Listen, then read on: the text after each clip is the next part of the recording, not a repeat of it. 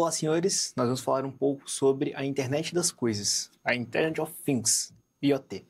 Para isso, contamos com um grupo de 8 integrantes, sendo eu, Denelson Martins, o Jamerson Diniz, a Luana Leal, o Lucas Mendonça, o Matheus Botelho, o Marcos Garcês, o Anderson Silva e o Pablo Garcia. Certo. A melhor forma de começar a falar da Internet das Coisas é conceituando-a. E ela nada mais é do que uma rede integrada de objetos, sensores e sistemas que permite o compartilhamento de informações entre eles. E é justamente esse compartilhamento de informações que permite o monitoramento e a automação de tarefas em tempo real. Essa grande capacidade fez com que, nas últimas décadas, a IoT se transformasse na base, tanto para cidades modernas em desenvolvimento, quanto para o funcionalismo público em larga escala. Mas, como já dizia o tio Ben, com grandes poderes vêm grandes responsabilidades. E com o grande poder da internet das coisas, vieram duas grandes responsabilidades. A primeira delas é a maior necessidade de qualificação técnica das pessoas que trabalham na área, uma vez que elas têm que lidar com problemas cada vez mais complexos. E a segunda delas é o estabelecimento de regras claras de uso da IoT, especialmente no âmbito do funcionalismo público, uma vez que tem que ser garantidos os princípios da legalidade e a transparência, certo? Então, agora que sabemos o que é IoT, é importante falarmos um pouco sobre o funcionamento da IoT. Bom, ela se dá através de uma rede que permite a troca de comunicações para a realização de tarefas automáticas. E isso ocorre através de 3 pilares, dos quais nós falaremos mais detalhadamente ao longo do trabalho. Mas, de maneira geral, esses pilares são os dispositivos, o processamento e as redes. Os dispositivos são os agentes que interagem com o meio, seja para a coleta de dados ou para a realização das tarefas em si, enquanto o processamento é o advento que transforma os dados coletados pelos dispositivos em informações úteis. E a rede é a infraestrutura que liga os dispositivos ao processamento, certo? Então, antes de falarmos um pouco mais sobre o funcionamento da IoT, talvez seja interessante abordarmos a história dela. E é uma história recente, porque ela começou só a partir dos anos 60, 70, com o surgimento das primeiras redes de comunicação, como a ARPANET. Foi um surgimento bem embrionário e que só veio a se popularizar a partir dos anos 80, 90, com o surgimento da internet para fins comerciais. Um exemplo disso foi o World Wide Web, WWW, como utilizamos até hoje. É uma infomídia para compartilhamento de informações. E foi só no final dos anos 90, ali em 1999 aproximadamente, que o pesquisador Kevin Ashton propôs o termo Internet das Coisas, como conhecemos hoje. Foi quando ele propôs uma utilização em massa de RFIDs, que são meios de interligação de comunicação em radioconferência. Então foi aí que surgiu o termo Internet das Coisas, que veio a se popularizar a partir dos anos 2000, com a expansão em massa no mercado de dispositivos capazes de utilizar a internet. No Brasil, especificamente, essa popularização se deu principalmente a partir dos anos 2010, quando surgiram fóruns e políticas públicas mais voltadas para a área. Dando continuidade à apresentação, eu vou começar falando aqui sobre a classificação e a estrutura das IoTs, né? De acordo com a Mônica Mancini, uma das autoras que nós utilizamos para fazer o trabalho, ela vai dizer que a classificação das IoTs ela está estruturada em áreas de aplicação, ou domínios de aplicação, né? O termo que foi utilizado. E esses domínios de aplicação vão delimitar essa estrutura em que elas estão organizadas, vai delimitar o uso dessas IoTs na sociedade. E essas IoTs, elas vão transformar de maneira radical a rotina das instituições, tanto públicas quanto privadas. E vão mudar de que forma? Porque vão automatizar processos e vão gerar uma análise de um grande fluxo de dados, né? E, no caso, a Mônica Mancini vai falar sobre a questão de sensores, atuadores e plataformas digitais, né? Ela vai dizer que as IoTs, nas suas áreas de aplicação, vai fazer utilização desses recursos. E, de maneira bem rápida, os sensores, eles são dispositivos eletrônicos que vão fazer a captação de fenômenos físicos, né, de movimentações dentro do ambiente real. Então, esses fenômenos físicos vão ser captados em dados que vão ser digitalizados, vão ser comparados, analisados, e dessa forma vão ser mandados para, por exemplo, atuadores, que são dispositivos eletrônicos que vão pegar essa leitura dos sensores e vão realizar movimentos, né, com base nos sensores. E as plataformas digitais, que são ambientes virtuais, que vão integrar esses dispositivos, vão integrar também instituições, pessoas. Então, as IoTs, nas suas áreas de aplicação, fazem uso desses três mecanismos. E o impacto da IoT na sociedade. A IoT tem um impacto muito grande na sociedade, por quê? Porque ela vai mudar a forma como as instituições elas funcionam, através da automatização de processos, análise de dados, a tomada de decisões, né, com base nesses dados, a controle remoto de câmeras, de tudo, né? Isso vai fazer com que tenha assim, uma eficiência, uma melhora na eficiência de serviços, né, de processos. Então, dando continuidade aqui à apresentação, temos aqui algumas aplicações das IoTs. Eu vou aqui apontar algumas, né? As Smart Cities, a iluminação, por exemplo, adaptativa de cidades, que fazem uso de sensores, de atuadores, casas inteligentes, né? Você pode acessar, ligar alguma coisa na casa de maneira remota. A questão da indústria, agricultura, captação de sensores com base em ambiente. Aí vocês vemos, né, que a Mônica Mancini ela vai frisar que as IoTs, nas suas áreas de aplicação, elas têm uma amplitude de função, uma amplitude de funcionalidade. Nós podemos aplicar as IoTs em vários setores sociais. E essas aplicações aqui é um belo exemplo, né? Então, vamos dar prosseguimento à infraestrutura de conexão, né? Aí, a infraestrutura de conexão, ela vai possibilitar a comunicação entre esses dispositivos, né? Vai possibilitar com que sensores, eles mandem essas informações para sistemas, e essas informações elas vão ser traduzidas, elas vão ser processadas em orientações, né, inteligentes para os usuários e para os dispositivos. E aí nós temos dois exemplos, né, de infraestrutura de conexão. As redes de curto alcance, Wi-Fi e Bluetooth, são redes que funcionam em um espaço interno, um espaço reservado. No caso do Wi-Fi, o Wi-Fi é caracterizado por ser uma rede que tem um grande tráfego, né, tráfego, mas só que funciona de maneira limitada, né? E no caso do Bluetooth, o Bluetooth é utilizado mais para comunicação entre dispositivos que estão próximos, né? Por exemplo, smartwatches, né, dispositivos eletrônicos que precisam de uma autonomia de energia. E as redes de longo alcance, que funcionam em uma escala mais regional, né? As internets de quarta geração e de quinta geração são exemplos. São utilizadas de maneira mais industrial, né? A maneira mais comercial, a ponto que os Wi-Fi são utilizados mais para a questão residencial, as internets de quarta, de quinta geração de redes de longo alcance são utilizadas de maneira mais ampla na questão regional. Então, essas duas, elas vão, de redes de curto alcance e de longo alcance, vão constituir um ecossistema de conectividade que vai interligar todas as IoTs, né, no caso. Pois bem, dando continuidade ao trabalho, eu estarei responsável por falar a respeito da tipologia de dispositivos. Bom, a arquitetura da inteligência das coisas se baseia justamente em componentes que conseguem interagir diretamente com o meio ambiente. Esses componentes, eles são classificados em três, são esses: os sensores, os atuadores e os wearables. Pois bem, os sensores, o que são os sensores? Eles servem como pontes entre os sistemas e o meio ambiente físico. Ele vai basicamente receber essas transformações físicas como temperatura, pressão, presença de gases e vai transformar isso em sinais elétricos processáveis. Um exemplo muito clássico disso seriam os sensores de imagens, né, as câmeras de monitoramento. Por quê? Porque vão captar essa temperatura e irão transmitir através de imagens.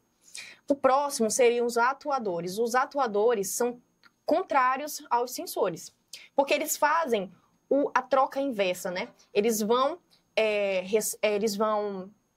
levar esses sinais elétricos e vão transformar em movimentos, transformam em calor, transformam em sons. Como está escrito aqui, transformam comandos digitais em ação física, como mover de componentes.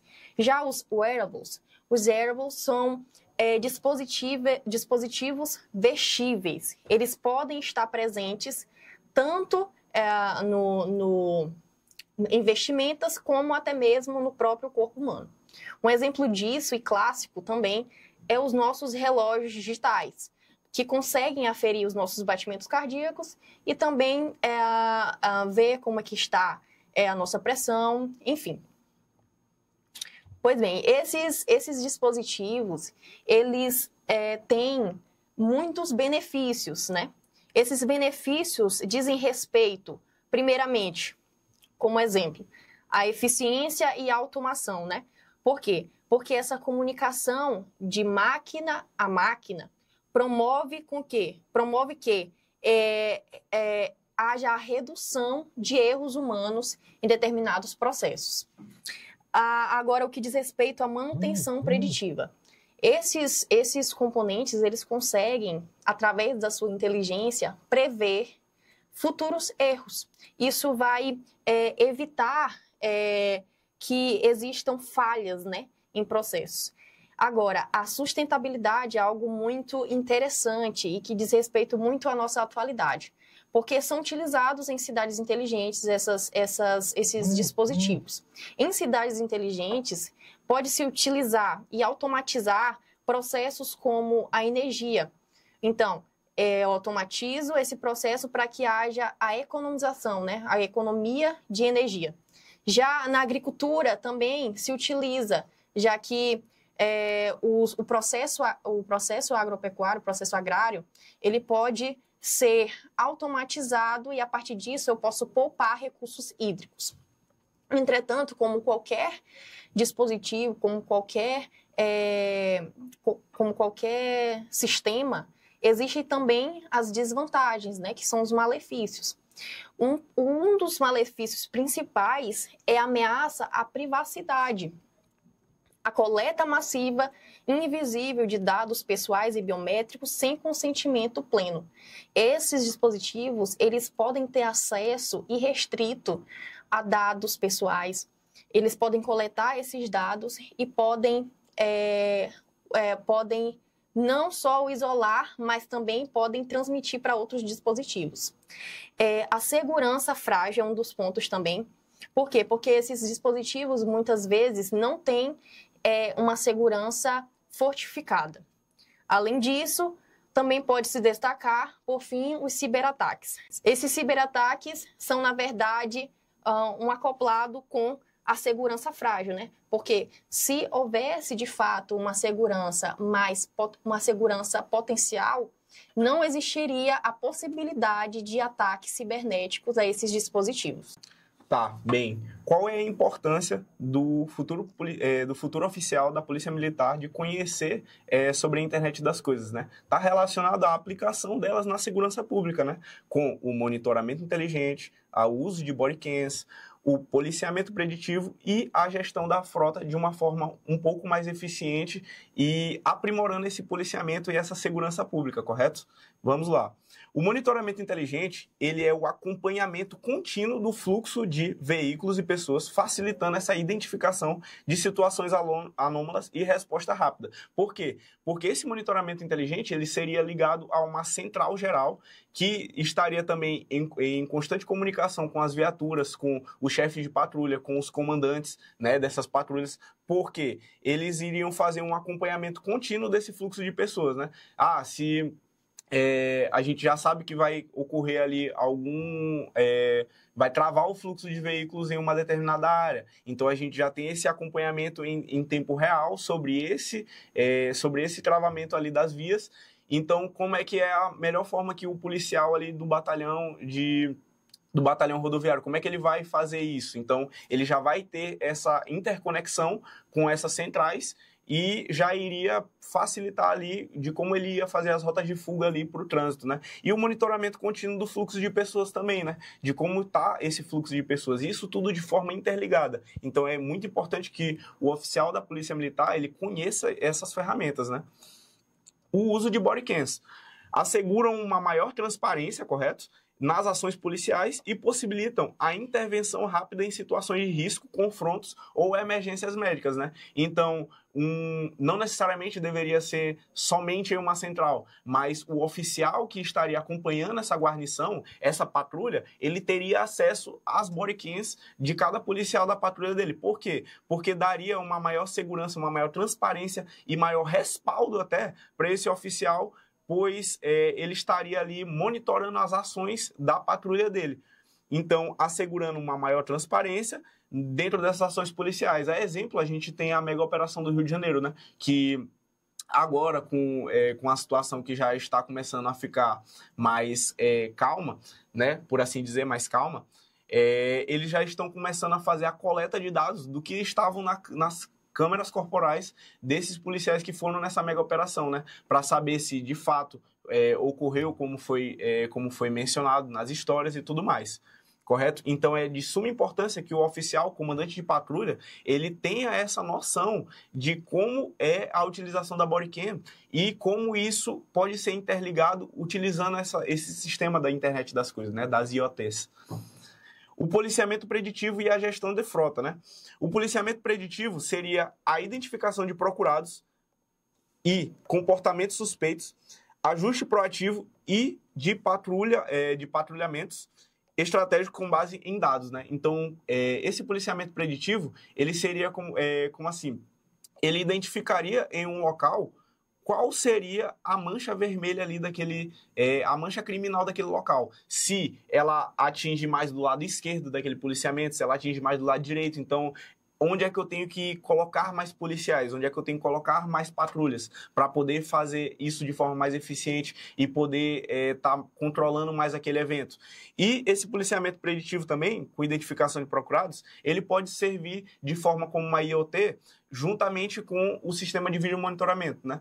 Lá na Polícia do Goiás, eles utilizam muito essa dinâmica, né, do uso do aplicativo da Arpia, que é do vídeo monitoramento, e do Cisorcrim, que ranqueia os criminosos lá da região, né?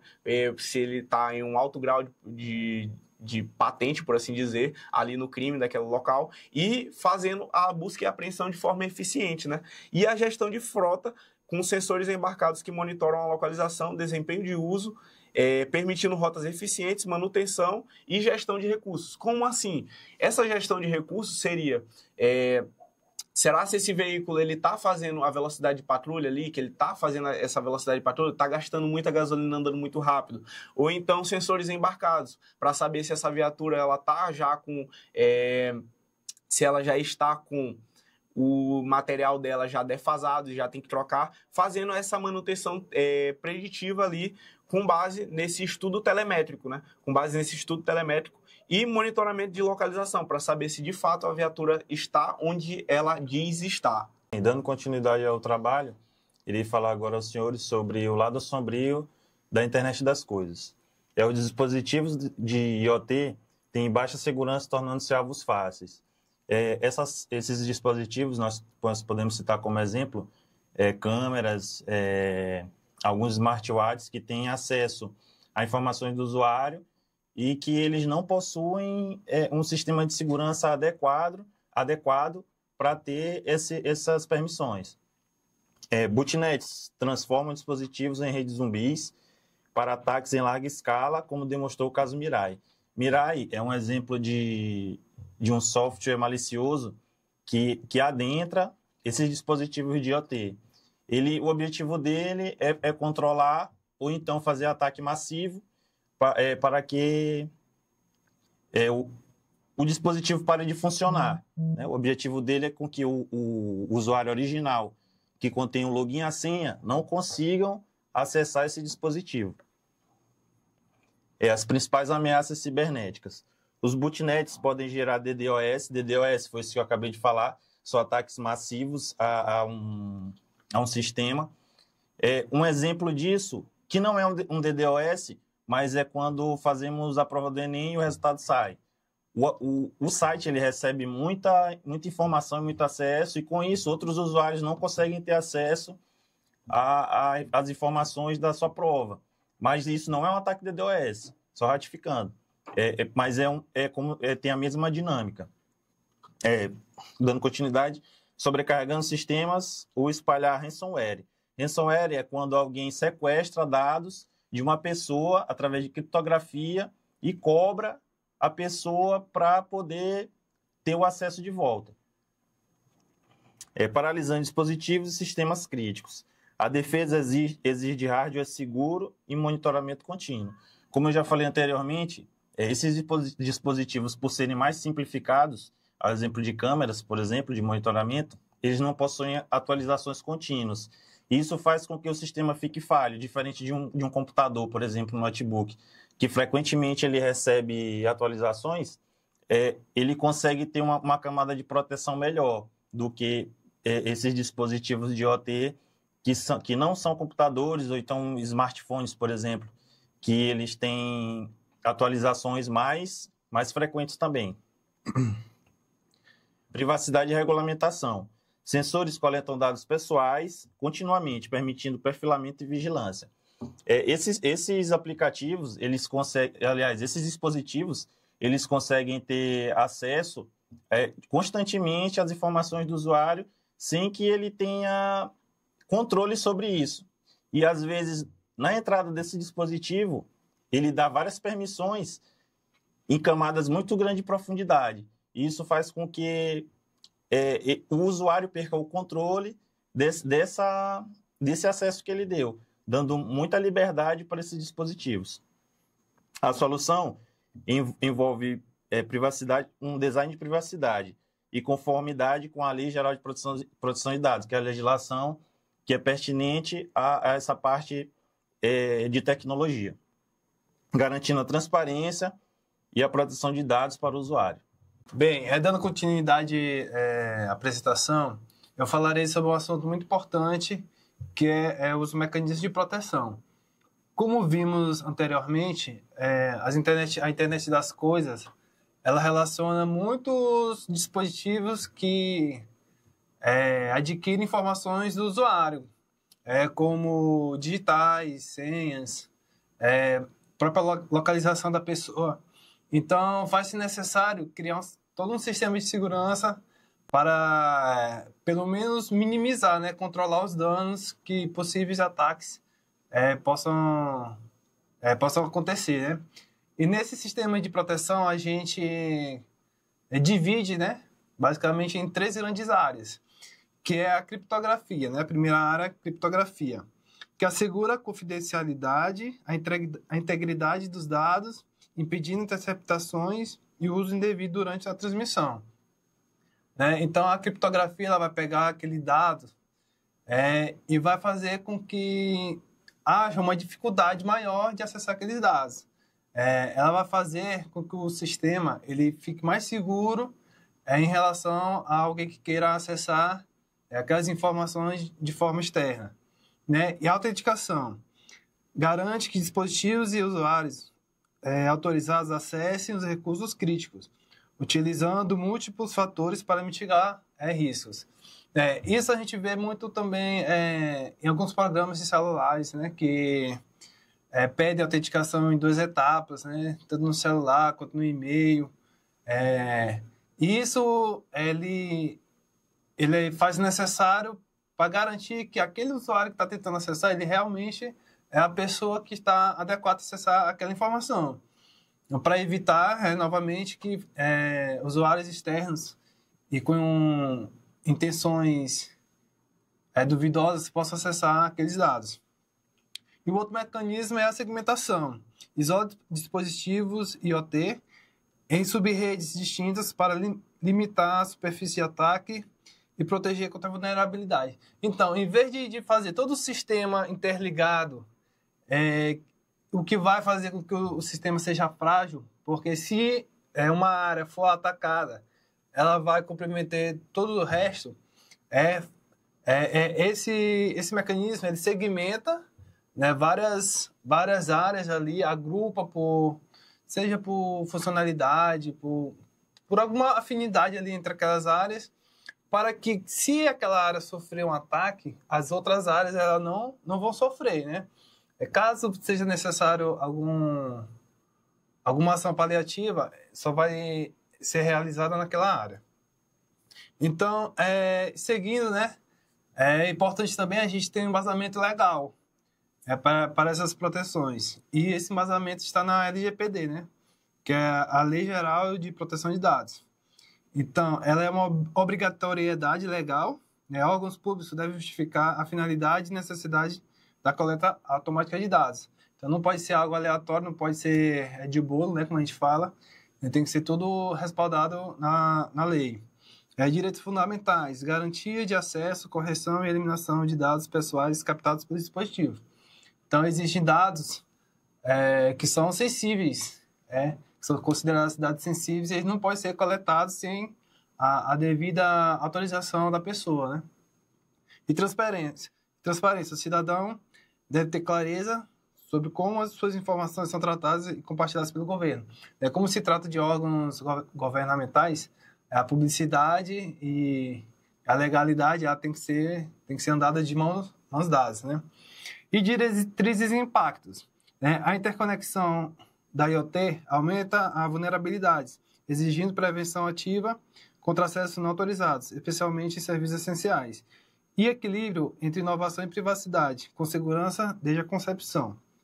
Né? Então, juntando tudo o que foi dito aqui em relação aos mecanismos, eles são essenciais, né, para criar padrões, diretrizes para a implementação da segurança em relação às internet das coisas.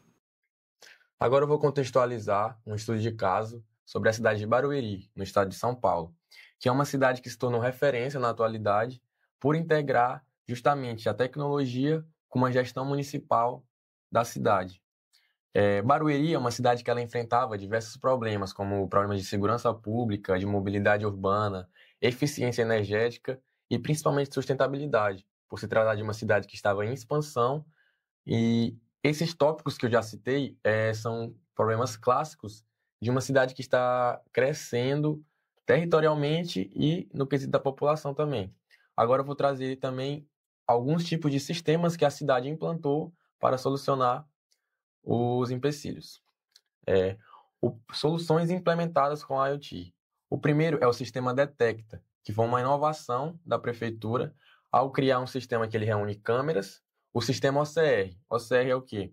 É o reconhecimento óptico de caracteres, que é usado principalmente no vídeo monitoramento de carros, quando estão num grande fluxo, para reconhecer placas de veículos roubados ou com notificação de furto, entre outros delitos.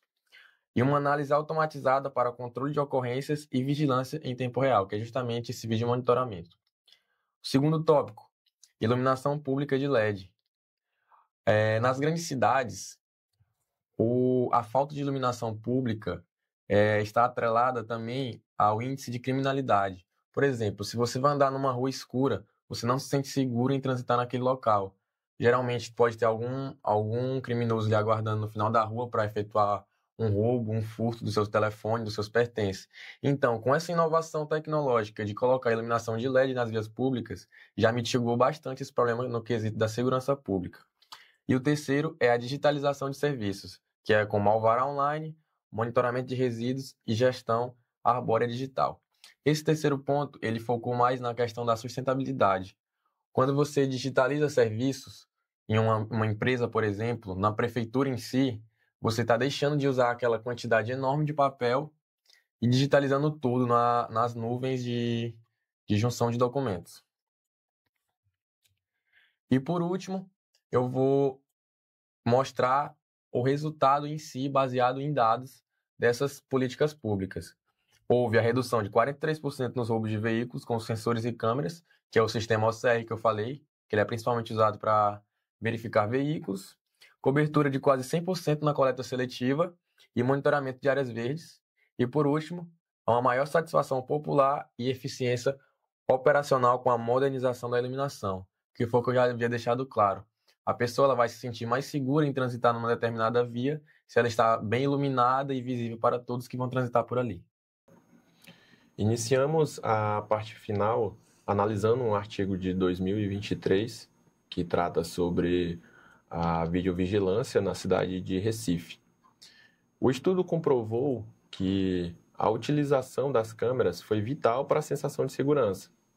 Contudo, expôs uma falha crítica, que aconteceu na cidade de Recife. É necessário que exista uma manutenção contínua e atualização constante dos equipamentos utilizados por parte do governo. Pois, se não houver uma gestão e um investimento contínuo, a tecnologia se torna obsoleta e ineficaz. Concluímos, então, que para utilizar a internet das coisas, é necessário que a instituição que vier a fazer o uso dela, ou a Polícia Militar, no caso, precisa se pautar em 3 pilares. O primeiro, o investimento em infraestrutura. O que seria essa infraestrutura? Cabeamento, data centers, antenas. O segundo pilar, a capacitação do operador. De nada adianta ter toda uma infraestrutura se o indivíduo não vai conseguir fazer uso dos equipamentos. E o terceiro e último pilar é como você vai utilizar esses dados sensíveis que são coletados em vias públicas através de sensores, que podem vir a ser informações sensíveis. Essa utilização ela tem que ser pautada dentro da legalidade, que é determinado pela Lei Geral de Proteção de Dados. Dessa forma, não se busca somente uma cidade inteligente, mas uma cidade segura e socialmente equilibrada. E em relação à referência que a gente utilizou no nosso artigo, a gente pautou, norteou nosso artigo em teses acadêmicas recentes que abordam a segurança pública, né, a tecnologia aplicada à segurança pública e a legislação vigente, principalmente a LGPD, que é a Lei Geral de Proteção de Dados. Dessa forma, eu encerro a nossa apresentação e agradeço a todos pela atenção.